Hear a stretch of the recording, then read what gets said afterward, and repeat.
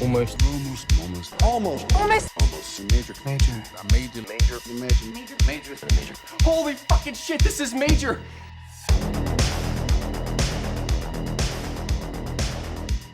Hello and welcome to this week's episode of Almost Major, where we talk about the many major studios and the films they released. And today we are talking about Two Family House from 2000. This is our 40th episode of our Lionsgate miniseries. My name is Kevin Tudor. I'm here with Charlie Nash. Hello. And Bryden Doyle. Hello. And joining us is a super special guest from the Watch with Jen podcast. It is Jen Johans. How are you? I'm good. How are you guys? Yeah, thank you so much for coming on. Thank you. But yes, Two Family House from 2000. This premiered at Sundance in January 2000, where it won the Audience Award. Also nominated for Best Screenplay and Best Female Lead at the Indie Spirit Awards. Opened in 9 theaters on October 6, 2000, and maxed out at 65 theaters. The budget for this, I could not find it. Opening weekend it is $30,000, and domestic and overall gross of $1 million. Top 5 films that weekend. This is the same weekend we had when we did Requiem for a Dream. So, Meet the Parents, Remember the Titans, the remake of Get Carter, the re-release of The Exorcist, and Digimon the movie. Jen, were you there this weekend for these? No, I actually wasn't, but I did see it when it was new on disc. I do remember when it actually was Roger Ebert. I think this would have been after Gene Siskel had passed away. But I do remember them covering this, and yeah, I was a fan from the beginning of it being at Hollywood Video. I remember that. Man. Oh, yeah. On the shelf there. Yep. I had a Hollywood Video I had a Hollywood Video when I was in across the street from my first apartment in college, and my God, I miss them very, very much. Yeah, we were all there to see Digimon the movie this weekend, right? We all. I watched the show as a kid. I don't think I saw it until it was on like TV, actually. Yeah. Meet the Parents. That's Charlie's favorite movie. Bryden, what were you trying to say? Oh yeah, I actually did find an interview with Dave Filito where he said the budget was $2 million and he shot it in 25 days. Okay. Number one song in the U.S. this week, the same one we had last week, Music by Madonna, and number one song in Canada this week once again was Music by Madonna. For Two Family House, plot description from Google. I read just the first line and I was just like, this is a lot. Story of a lovable loser in pursuit of an elusive dream. There's no judgment there whatsoever. Okay. Buddy, a frustrated singer with genuine talent, once had a shot at the big time. Discouraged from aiming too high by his pragmatic wife, Buddy's modest dreams of greatness have been reduced to an endless series of failed money-making schemes.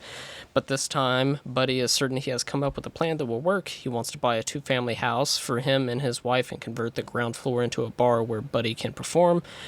And that's it. I feel like they left out a lot of things, but sure, that's the plot of the movie. Written and directed by Raymond D. Falita. Prior to this, he was Oscar nominated for his short film Bronx Cheers in 1990. His feature film debut was Cafe Society in 1995, which he also wrote.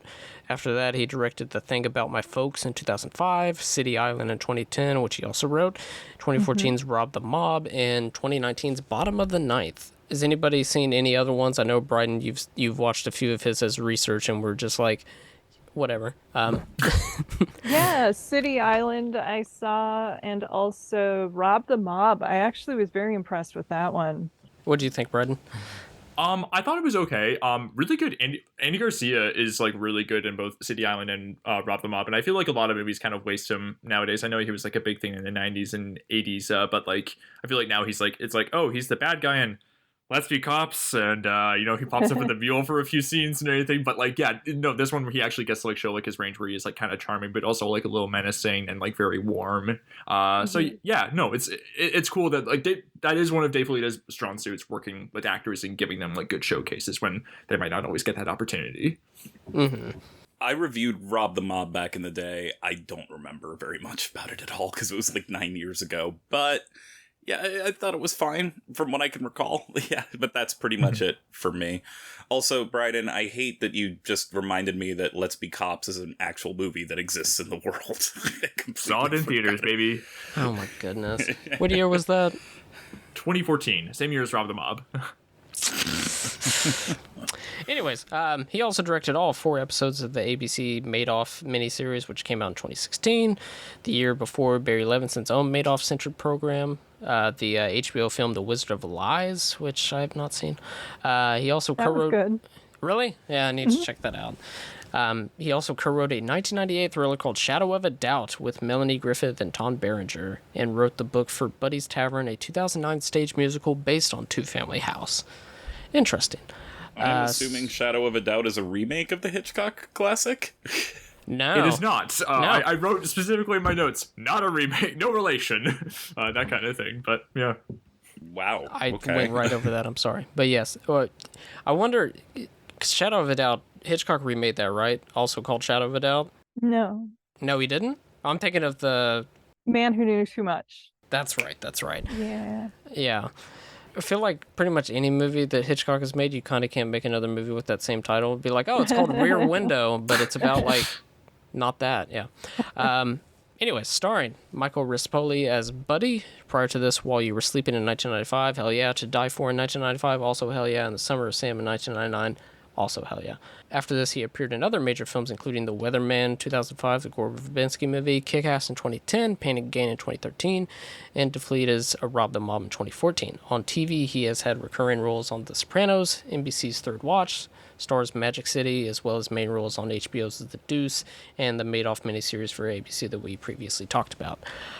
Kelly MacDonald as Mary prior to this, Trainspotting in 1996, Elizabeth in 1998, and Gregor Rocky's Splendor from 1999, hell yeah. After this, she was in Gosford Park in 2001, and No Country for Old Men in 2007, as well as providing the lead voice for Brave in 2012. That's one of the rare Pixars I have not seen, and I did not know that. I actually forgot about that until now. Yeah.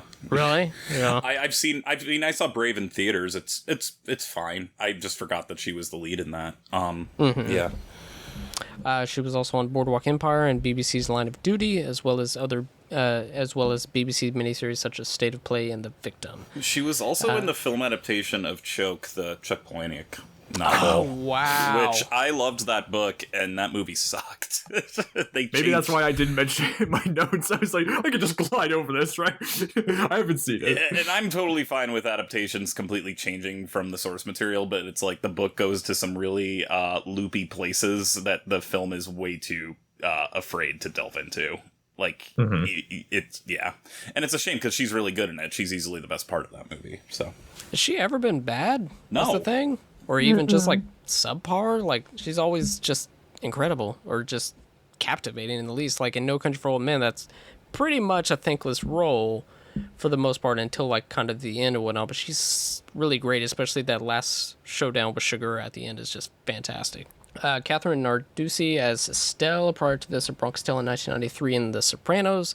After this, Jersey Boys in 2014, The Irishman in 2019, and a main role on Starz' series Power. Also starring Kevin Conway and Matt Starr-Vito, Vincent Pastore, and Saul Stain, and Frank Whaley, who narrates the film. Also a good 19 people that were in The Sopranos. But, yeah. For trivia, Bryden, you did the research for this, so what trivia do you have? Yeah, so I read like a few interviews and a couple of blog posts by Dave Filita. He blogs a lot now. He also like has like he had a podcast where he was like talking to a lot of like filmmakers and actors. I didn't listen to that, but he talked about how like this was like a lot of it was pulled from like his own uncle who was named Buddy, and how like he was kind of a guy who like wanted to try a bunch of different things. Like he, like Buddy in the movie, he wanted to be like a singer, because like he had like did a little bit of like showmanship and like in the army when in like World War II. And then like he was like had like a bunch of like start businesses that kind of never really took off, and he did like have a 2-family house where there was an Irish couple that was living there, and then it was revealed that she had a baby out of wedlock who was biracial. He uses a word that I would say that is described as dated or offensive in describing the baby's ethnicity. And I'm like, huh? Okay. Which is weird when you see like interviews with Dave Filita where he says like, well, I don't know if the characters are really racist and anything. Like there's like a whole line where he's like says something about, I don't think they were really racist. They were just ignorant. They were afraid of different people and they spoke that way to make themselves feel safe. And then I wrote in my notes, fear is a pretty key basis of phobias and prejudices. They weren't racist. They were just racist. Yeah. Yeah. Yeah, and he also was talking about how he really wanted to like give like more nuanced representations, I think, of like Italian Americans, because like, you know, there was like a lot of prejudice against Italian immigrants in like in this era that the movie set in the 1950s, and how like also there was like a lot of stereotyping that was going on. Again, there's a quote where he says, Dave Filoni says, you know, Spike Lee just did that movie Bamboozled about minstrel shows. They're still running that for Italians. You still see What's the Matter with You all the time. And I'm thinking, so I'm aware that there's prejudices against many different types of people, but I don't know if comparing a movie about minstrel shows, especially a movie by, and I haven't seen Bamboozled, but like, you know, Spike Lee, I'm assuming he's like, you know, as a black director, he's interrogating that, like, you know, from like a critical place and everything. Whereas, yes, you know, yes. So I don't think it's quite the same. But yeah, it's a little odd. But no, like I think again, this is like what I like about his movies best, is that he is giving showcases to guys like Michael Rispoli, who, you know, like, yeah, I like him in movies like While You Were Sleeping, where he is like playing kind of like lunk-headed but like secretly sensitive guys and everything. But it's like, you know, he only has like a few minutes of screen time, and here he gets like, he's front and center and like given like a lot of range, where he is like very blustery and then he's very tender in some parts, and then very like kind of oafish in a comical way. So no, I like that about the movie, and I can see why the actors also, Rispoli and Narducci, really were happy to get like the opportunity to sort of dig into these meaty roles. Yeah, that's like basically the meat of the trivia that I have. Ladies and gentlemen, Buddy Vassallo. He wants to have his own house, run his own business. Let him get it out of his system. What if it doesn't? Estelle and I live upstairs. Downstairs, Buddy's Tavern. Your own bar. His life wasn't perfect. It's a great house. I hate that house. It's a slum. His home wasn't a castle. Aren't there tenants upstairs? What happens if they don't want to leave? Maybe I should go up there, huh? Yeah, maybe you should. We'll stay down here, you know, in case you try something funny. Go away. I ain't going away. You're going away. Oh, shut up. And his dream seemed impossible. Some guys, they're destined for success. It's like they were pregnant with it. Buddy, he's pregnant with failure. Oh, come on. I'll do you the courtesy of getting out of your house tomorrow. You know where you're going? What does it matter to you? Oh, what the hell? It wasn't my fault. You don't know nothing about owning a house or running some bar. Oh, okay, so what are you saying? I don't got no brains? Look, I'm really sorry. I'm just like anyone else most of the time. I'm afraid I don't believe that, Mr. Vassallo. Is it really so hard for you to understand, wanting something for yourself and taking it? Buddy, your ideas, they don't work. They haven't yet. We're all meant for something particular. This is what you're meant for. I got a feeling about you I never felt before. Cool. All right, so if we're done with trivia, let's get into initial thoughts. Now, before me and Bryden pretty much set out the outline for this miniseries, I'd never heard of this movie, so I'd never seen it. And when I put it up there, Jen, you reached out and said that you love the movie, so I had to see if you wanted to come on, and thankfully you accepted that. So what's your initial thoughts, and why do you gravitate to this movie so much? I love it. I'm part Italian American on my mom's side, and so it reminds me of some of my relatives. I actually curated a lecture and a screening of this film in Scottsdale, I want to say around 2008, 2009, and it played like gangbusters. It was on a Sunday, and so we had a lot of seniors who came and really enjoyed it. This was after No Country for Old Men, and so it was kind of cool for them to see Kelly Macdonald before that. And then I talked about some of her other roles. I also love her in an HBO movie she made with Bill Nighy around 2000 called Girl in the Cafe, which is very good. Yeah, I would highly recommend you guys check that one out. And so it kind of shows she has this sort of quiet integrity and dignity even when her character is going through something, and I love that about her character here. I love While You Were Sleeping. It's one of my favorite holiday movies, but you know, that is an Italian stereotype that he's playing 100%, you know, like the ice capades, and he's even kind of doing a voice, and it's, you know, it is a stereotype. And so it is good to see him playing someone who is understanding that in their culture, and you know, the Italians, like Italians versus Irish, Irish versus, there were all these things back then and still exist to this day. And so I think this movie is good in that it is showing how, people are people. And I think it's important to, look at people as human beings. And so I love the message of the film. Of course, it's not a perfect film. I mean, you kind of, when you watch it, you start thinking about Narducci's character. She's a little bit of a shrew. But overall, I think it's just a great film, and I enjoy watching it probably like once a year. We covered it on my podcast with the author William Boyle, who, like me, is part Italian, and he's also from like the same area of Italy, like our relatives are. Oh. We didn't know that at the time, so we did an episode on underrated Italian American movies, and we both kind of zeroed in on this one. So I was glad that you guys were covering it. Thanks for having me. Yeah. Well, I forgot to ask. Would you like to just talk about the latest episodes that you've had with Watch with Jen? I re-listened to your Paul Schrader episode before we did Affliction, and I really loved that. So. Oh, great. Yeah, that one was a lot of fun. That was with Megan Abbott, who's one of my favorite authors. And we had Sean Burns on, and he did the voice of Paul Schrader and fooled a lot of people into believing we actually had Paul Schrader on, which is hilarious. That's pretty good. Some people in Hollywood messaged me how did you get Schrader? And I'm like, that's not Schrader. Yeah. And recently I did an episode with my friend Kate Hagen, and we had on Amy Robinson and Griffin Dunn, the actor producers. Whoa. Nice. So we talked about all the movies they produced. This was in May, so before the strike, but we covered everything, Chilly Scenes of Winter, After Hours, Running on Empty, all of those.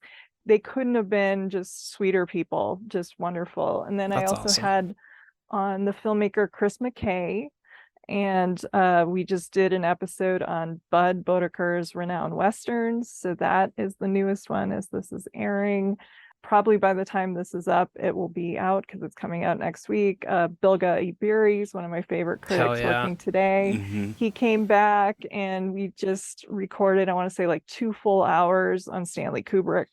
So yes, that was great. Nice. So I'm approaching my 200th episode soon. So by the end of summer, probably fall, it'll be here. Yeah. That's awesome. Yeah. That's awesome. Did you get to talk to Griffin Dunn about Addicted to Love at all? Because that's what I would ask. We did talk to him briefly about that. Yeah, he said it came out at the same time as Jurassic Park, and he's like, a little movie no one has heard of called Jurassic Park, And so that movie demolished Addicted to Love. But we talked about Practical Magic a little bit too. Oh yeah. And I love his new stuff he's doing. He did the documentary about his aunt Joan Didion, and then he's working on a new one based on the book Rock Me on the Water, which is about 1974 in LA, the music, movies, politics. So he encouraged us to pick that up. I bought the book, haven't read it yet, but it looks great. Cool. That's awesome. Yeah, I'm very much looking forward to the Kubrick episode and a Griffin Dunn episode. That sounds great. I've been a fan of your podcast for a long time, so this is awesome. Oh, thank you. But I will go next for my initial thoughts. Like I said, had never heard of this prior to choosing this for our Lionsgate miniseries, and I thought it was sweet. It's fine for the most part, but it definitely surprised me more than what it was setting up to be, because I didn't know exactly where it was going to go, and I'm not saying that it has twists and turns or anything like that, but I didn't really know anything about it and wanted to keep it that way before I watched it. I thought it was going to be, a type of, he wants to be with Kelly MacDonald because she believes in his dreams and whatnot, and it's not even that, it's that she cares enough that he cares, that type of thing.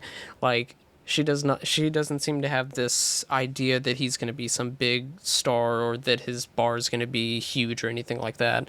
Is that she does the simple fact of just believing that he believes, and that's just enough. And I thought that was really sweet, and the way that it ended was really sad, but also very sweet. But yeah, just overall, it's a good time. It's it's really great to see, like you were saying, Rispoli as the actual like lead, because I don't think I've seen him in a lead in anything else. But always a good that guy in supporting roles in movies.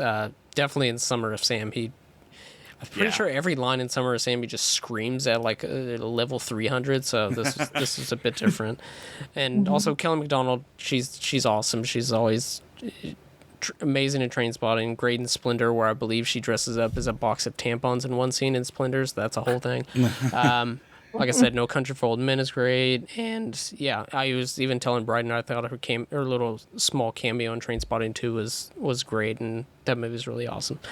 Bryden, initial thoughts? Yeah, I thought this was okay. I think it is interesting how it one other thing that it has in common with the other Dave Filippo movies that I've seen is not just like giving the showcases to these actors who are like, you know, character actors or people who maybe haven't always had the starring opportunities, is that it is often focusing on characters who are kind of like dreamers and having like hidden aspirations and everything. Like City Island, Andy Garcia's character is the correctional officer who wants to be the next Brando and everything. And there's a really sweet scene where he is like, you know, gradually loosening up, and it's like he's so overjoyed, like he can barely contain himself. And like, oh my gosh, this is actually working. It's really sweet, and it's nice to see in that kind of commonality with a two family house, where it's like this guy who, you know, he's like, and like I like how he's like shot with like, you know, when he's like showing the scene aspirations, he's like singing at like the carnival, and he's like shot from like a low angle, and it's like the blue sky and everything, and like in the background it is like giving, I mean,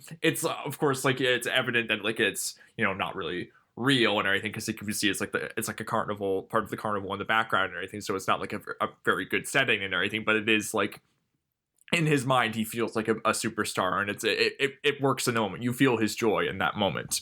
And I think it also helps that like they underplay like key moments and everything, like when they're first when it's Kelly MacDonald and Michael Rispoli like they're eating pasta or whatever, he's like starts like singing along on the radio, and like I feel like some movies maybe would like overplay it, where he starts like bursting into song and everything. Like, I mean, like there's the scene where he's singing Pablo's Mambo while he's like, you know, setting up the bar and everything, and he is doing like a whole song and dance routine, but it's like the camera just sort of moves back in this sit down scene where like it is like very slow, and like he's softly singing along to the radio, and it's, I don't know, I really like just sort of the understatedness of like the and the warmth of their connection.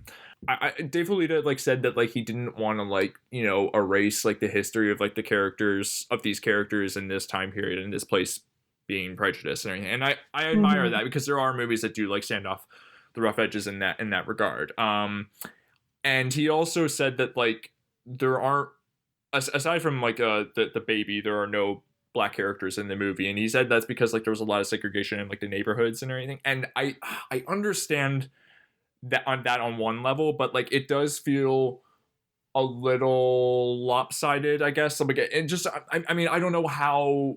And I think it's just what's weird to me, and like what I kind of bump up against is like a guy overcoming his prejudices, but it's still by like through him like falling in love with a white character. It's a little odd to me. I mean, I guess like again, it's like the backgrounds and everything, like, you know, they're like saying anti-Irish sentiments early in the movie and everything. He overcomes that by falling in love with Kelly MacDonald. But it's, and also it's, you know, I don't want to be presumptive about backgrounds and anything, but when you find out that the movie's like narrated by Frank Whaley, who's voicing the kid in the narration, it's I was like thinking like I don't know much about I don't know much about Frank Whaley's background. I think his mom was Sicilian, and his dad I know died of alcoholism when he was like quite young and everything. So I don't know much about his background, but I'm like, it made me think of like, I watched the movie Thunderheart recently where Val Kilmer plays like a quarter Sioux, and I was thinking like, so was this just like going on in the 90s where maybe like there was like some weird like casting and everything going on, but like I don't know. I do. It was, yeah. Andy Garcia played Italians, and yeah, yes, same thing. Sure. There you go. Yeah. But I agree with Kevin. I do like the ending, how it is like this real melancholy thing where it is. I mean, it's just like the idea of like these memories that like still sit with you even when the people that you love are gone in your life and everything. Like it is like, and there is like a warmth over it, but there is also like the sadness that they're still no longer there. The ending kind of really quick. It's just the ending reminded me of how the ending of 20th Century Women makes me feel. Oh, that's an incredible ending. Oh my gosh. Yeah. Oh, I love that movie. Yeah, where it's the kid talking about their parents or whatnot and no longer there. It's just like you're seeing, her being able to fly for the first time, but you're also hearing about how she died. So it's just the sadness with the happiness at the same time that just makes you feel like, oh, well, that's good, I guess. Everything gives you that kind of feel. But yeah, please continue. Sorry. Oh yeah, no, it was basically and I like that the ending is doesn't compromise with the friends too. Like they don't come around in the end and everything. They are still shitty to the end, and I think that they got that part right. Although I would have liked almost like a little bit more with like just setting up the community of like like the bar is like sort of their hangout and everything. Like you do get a few scenes in the early stretch, and then I guess like you know what? Actually, I guess it works that like it naturally fades into the background because he just becomes so enveloped in like Kelly MacDonald's own world and everything. So like what? Never mind. I overcame that criticism I just had now. But yeah, no. I think I like this movie more like as a series of moments rather than maybe perhaps as a whole. But there are like a lot of like really lovely moments to be had throughout. That's my thoughts to start out with. Awesome. Did this win? Am I remembering that wrong? I might be wrong. Like the Sundance Award for audience? The audience award, yes. Yeah. Okay. Yeah. Which I could totally get as a movie that I was gonna say unoffensive, but it's obviously. But I'm talking about the story of it all. It makes you feel good. That it makes sense that it wins the audience award. Yeah. Oh yeah. Yeah. If I remember nothing else about this movie, I'll remember the ending, just how it's set in, I guess, the winter time and whatnot, and just obviously nobody's there besides, is it on Christmas that it ends on? I literally just watched it, I'm sorry. But yeah, just the feeling of the coldness, it's just them two, they're doing their best. If it works out, sure, but they got each other type of thing. It's just really sweet. I just really like that. Charlie, initial thoughts? Yeah, I watched it today too, and I agree with everyone. I guess I'm more on Brighton in that like it's a totally fine movie, but it is very nice. And I like you, Kevin. I when it started, I was like, okay, we've seen this type of movie before. Not that should matter, but it did take a few turns at the end that did surprise me. Not exactly in terms of how the plot.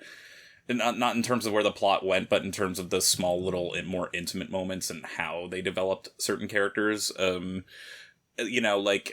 Jen, you brought up, like, my main gripes were kind of with how Estelle was written initially throughout the movie, but I do like that scene at the end where she confronts him and she's not they actually both are vulnerable and both are, completely dishing out.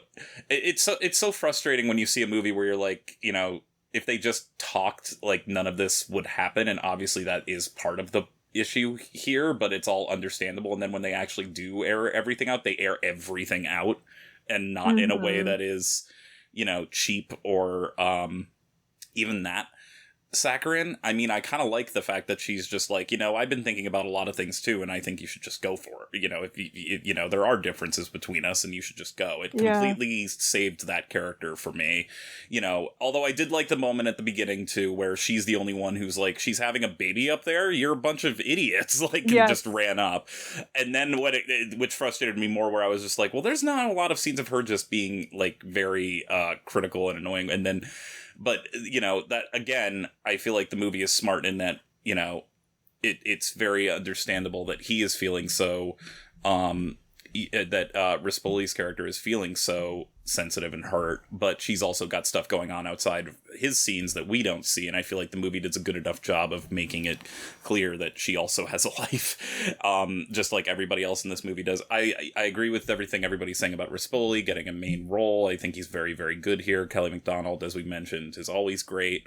You know, I've been in a bit of a weird rut, I will say, in just watching movies. I haven't been watching a ton of movies lately, and I don't really know why. These two were the first I've watched in like 6 days, and that's not from a lack of trying. I've just been working so damn much. Yeah, no, exactly, same. It's been a busy summer for me too, and like I don't know why. So it was kind of hard for me to get into the groove of this, just on a personal level. It had nothing to do with the film itself, and it didn't like blow me away. But by the end, I feel like I kind of went in kind of in a weird, grumpy mood just from a personal standpoint, and was overall pretty charmed by it in the end. So, yeah, I really like how like it's showing that it has these little moments whenever Rispoli and Kelly MacDonald's character are getting together.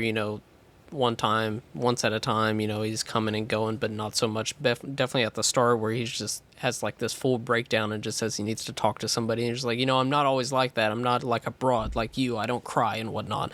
But you can tell that he wants to be that person, but it's everybody around him that is forcing him to be this type of person. Mm-hmm. And that's what makes it so much sweeter whenever he does break away from that and he's able to just sing, even if it's just for his wife type of thing, and not be judged like his other wife when she walks in and is just like, why are you being a monkey and whatnot and stuff like that. Let's go through the plot real quick. The one on Wikipedia is not right, but it'll be fun. And it basically stops when she has the baby, so I don't understand that.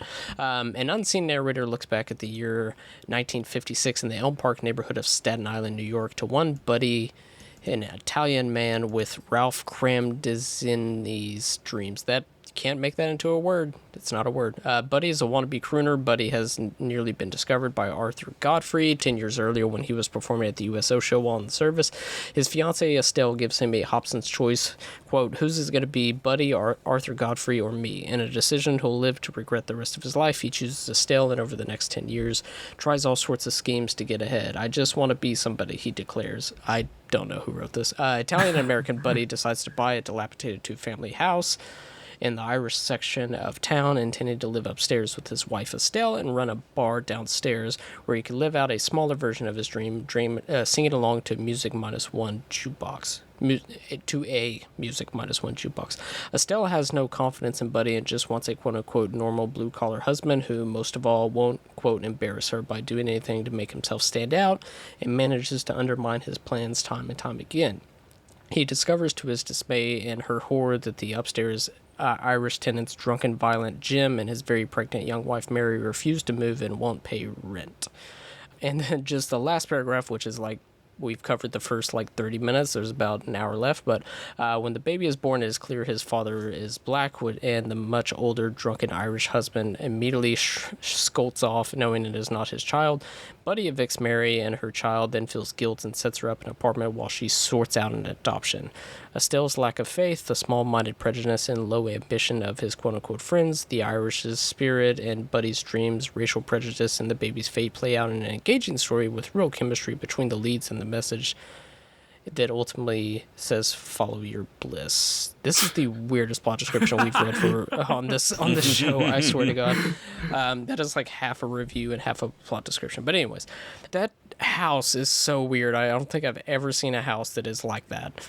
Well, Dave Lolita said that they used two different houses. They couldn't the house. There was one house where it was the house with the exterior with the fucked up porch and everything. They were like, we couldn't shoot in the house because it was too messed up inside and everything. But then they found another house that looked kind of similar to it, and they used that for the interior. And then the house in Staten, I think the interior was in Jersey City, he says, and then the outside was the Staten Island house. And then they ended up tearing down that house because it just was no good. But yeah, I thought that was kind of cool that they were able to do that. But yeah, look at this exposed wiring and everything, and it's just this is a death trap.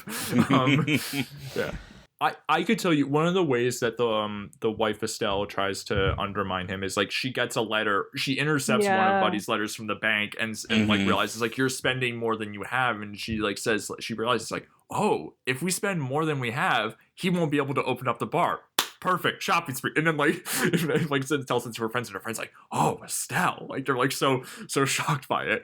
And then it comes up in kind of a farcical scene where they keep calling over like the banker who they've run into at the restaurant and everything. He like keeps like they keep calling him over as like kind of the referee like for saying like no wait what, how do you know my wife and everything, like, you know, like what is this that's going on there, and they have like a big argument. And that's one of Rispoli's best acting moments in the movie when he's like she like is talking about like he's arguing with his wife on like the front steps of his house, like, you know, bellowing at the top of his lungs, probably waking all of his neighbors and everything. And then like she says like, you know, your dreams have never worked before, and then he like says like, maybe, you know, not before. Like, you can see, like, the moment of, like, hesitation flash across his face as he realizes, like, maybe it's all fucked. And he's like, but it's gonna work this time. And, like, he's, like, totally committed to it. So, like, you really do feel for the character in moments like that. Yeah. You also see Robin Williams dressed as a woman and his face is falling off at the table behind them, and on Sally Field's birthday. That they also... it was a bad night at that... Oh, Jesus, I'm sorry. I'm being terrible. Just a bad... Her character is so what is it, Estelle? That's the fact that she would want to spend more money just sort of the fact that he can not do so, like, that is so cruel. Like, it's almost unbelievable. I mean, like, at the very beginning they set up that they were never a perfect pairing, I mean, from the get-go, but it is you know, cruel. All the failed businesses. Yeah. And, she'd kind of had enough, but yeah, it's evil. Yeah, I mean, exactly. There's frustration, and then there's just kind of the mean-spirited scheming. Yeah. She does have the moment of regret after when she finds out. She's like, because like what's happening is Buddy gets like, he starts taking on night shifts just so that he can like help build the bar and everything, and then what he's doing is that like he's going to act when instead of going home at the end of the night, he's going to see Kelly MacDonald, and then like his wife is like saying like, wait a minute, like what's he doing with like that extra time and everything? Because she finds out that like the shifts like aren't as long as they used to be or whatever. It used to be like 6 to 6 and now it's like 6 to 3. So she's like, wait, like, so is my husband like going to like a diner just so he doesn't have to go home or whatever? But then she follows him and finds like, and then is at the grocery store and then finds like the house that's that Kelly MacDonald's living in and runs it, and then she goes home and like trashes him at the bar and everything. And like she does have that moment of regret where they're like asking, where she's like, well, I got a little bit over the top and everything with like what was going on. And her friends are like, oh, Estelle, like after all that effort you put in, she's like, I know. Like it's, so she does have that one kind of human moment of regret. But the anger still isn't. It's like partly justified, but it's like also like, oh man, like that poor bar and everything. It's like, yeah. What do we think about Kevin Conway as Kelly MacDonald's husband?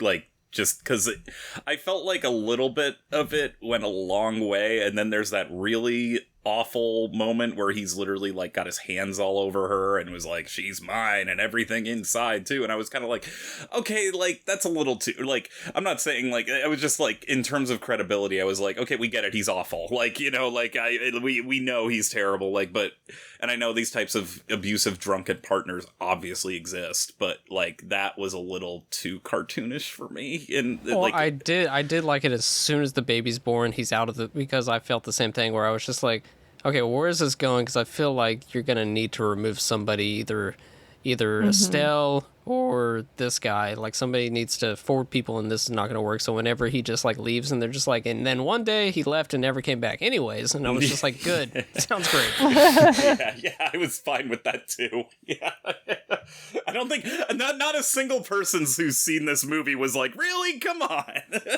bring we him want back. more of that guy. Yeah. Charlie, did you just think it was strange whenever Kevin Conway shows up to like shipping out to Boston and starts blasting? Did you think that was just a little weird? God damn it. How many times do I have to keep apologizing for Boondock Saints? Just because I live in Bud. Don't apologize for Boondock Saints. You can't. Okay. Who did Boondock Saints? Troy Duffy? Yeah, Troy Duffy. Our finest director. I gotta watch a documentary where he just basically like destroys his whole career. Yeah, that documentary's nuts. Jen, when are you having an episode about the Boondock Saints film franchise? That's an I hope nobody chooses it. So now watch, you guys just put it out there and someone will be like, damn it, we're doing that. Yeah. Charlie, go ahead. As Boston's finest, go ahead. Why are you doing this to me? I'm sorry. I also brought up that comparison thinking Kevin Conway was in Boondock Saints. He's not. My mistake. He's not. I thought he was. Oh, wow. Fooled me. That's terrible on my end too. Jesus. All the Boondock Saints fans are going to come for you, Charlie. They would have More come like for the me by Kevin now. Conway fans. Yeah, the Kevin Conway fans. That I will actually be embarrassed about and be like, no, I messed up. Yeah. Guess what? Kevin Conway was on SVU, Charlie, so you should be embarrassed. Yeah, of course I should. But yeah, what else do we want to talk about this movie?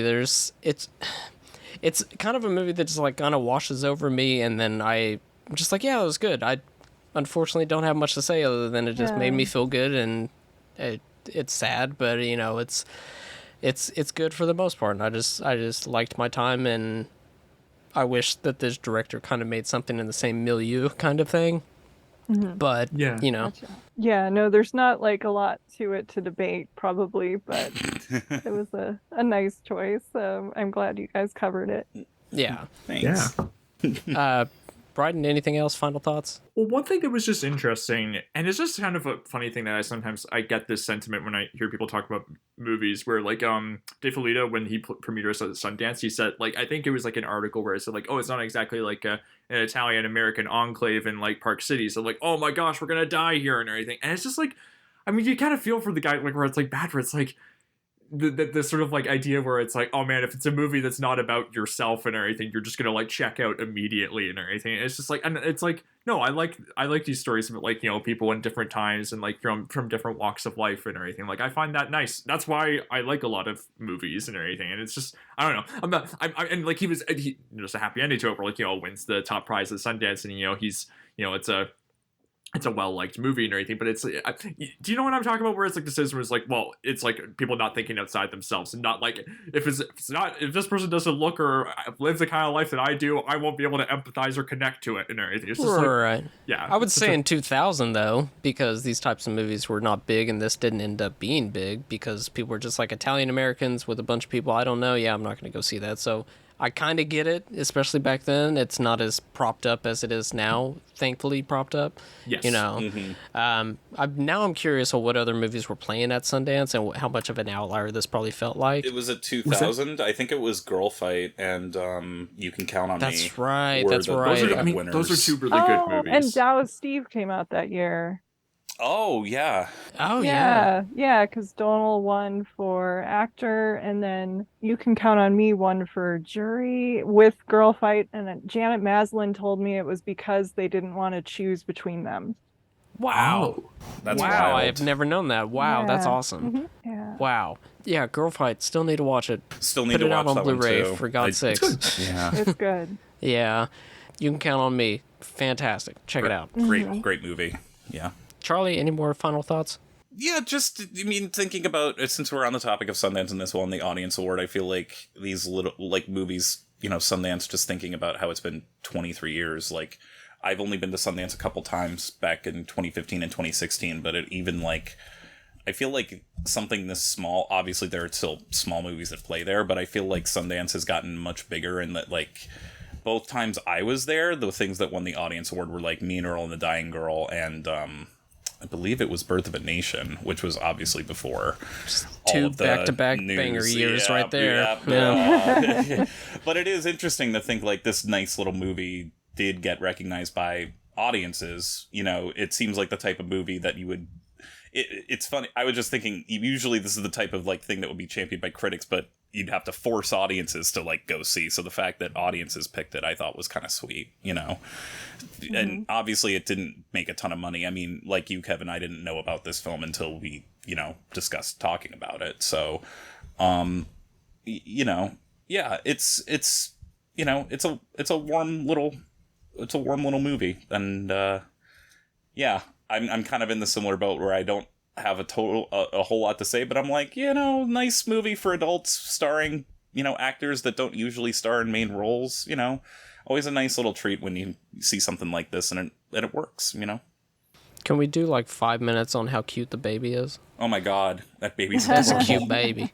That's a cute baby right there. Jen, final thoughts on Two Family House? I think it's great. And I think exactly what all of you guys were saying. We don't really make sweet stories like this anymore. And just hearing about Sundance in that year, like all of these films, if you're seeking out the movies that played at Sundance in 2000, you're going to do really well. Watch this, watch You Can Count on Me, Girl Fight, Down with Steve. All of those are great. Yeah. Yeah. And wasn't Urbania also at Sundance that year? Yes, it was. Yeah. Oh, wow. Yeah. Yes. That's I mean, funny. that's kind of the fun of this miniseries of going through movies where it's like, oh, what's even this? I've like never heard of some of these movies before we started this miniseries, and it's like, oh, some of them are actually pretty good. So Yeah. it's always fun. Yeah. Yeah. Thank you for having me. Yeah, thank you Oh, for my joining goodness. us. Yeah. Thank you so much for coming on. Like I said, big fan of your podcast. Just keep bringing on Mitchell. Do a spin-off with it's just you I and love Mitchell. Oh yeah, Yes. Mitchell Yeah. is my favorite person ever. Mitchell's the best. Yeah. Yeah. They're wonderful.